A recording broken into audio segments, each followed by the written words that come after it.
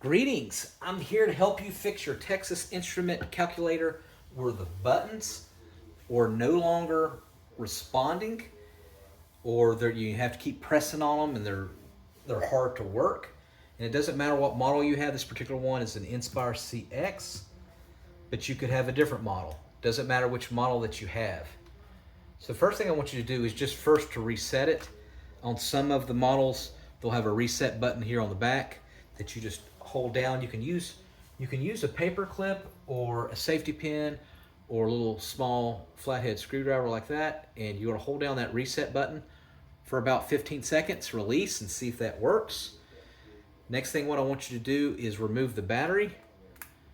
So if it's a rechargeable battery like this, remove this battery, keep it out for a good 30 minutes. All right, while the battery's out, you're gonna hold down the power button.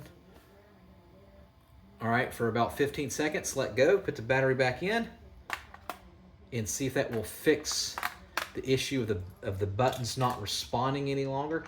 A lot of times that will fix the issue. Next thing I want you to do is with it on, I want you to hold down that power button for 30 seconds and don't let go. And after 30 seconds, let go and see if that will fix the buttons that are no longer working. All right, if you've tried this, it can be on or off. I want you to get the palm of your hand and I want you to firmly, without breaking it, go over the buttons like this, back and forth. I want you to do this for about 30 seconds, just firmly. Go around the buttons like this. All right. Unplug it and then plug it back into the wall and see if that will fix the issue. You'll find that a lot of times that will fix it. Now you can get compressed air from like Lowe's, Home Depot, Walmart, Ace Hardware. It's basically air in a can. It's got like a little stem on it and you spray. There's no liquid in it. And what I want you to do is firmly spray with air around the buttons into the ports. You can remove the battery and do it inside the compartment there. You're not getting it wet. All right. You can use a hair dryer, but if you use a hair dryer, make sure it's on cold. Right? And then see if that will work. A lot of times you will find that it works. If there's particular certain buttons that's not responding any longer, you can get like isopropyl alcohol.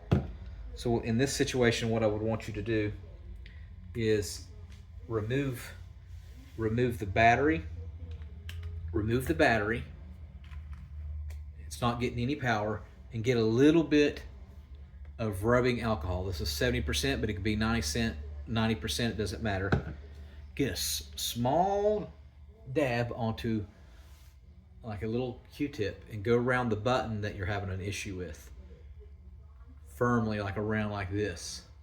And of course you're doing this without the battery inside. There's no battery, it's not plugged into the wall, nothing. Let it dry for about 30 minutes. Plug it back in and then see if that will fix the issue. You'll find that a lot of times that will fix the issue. All right, let me know which method worked for you. Make sure you subscribe.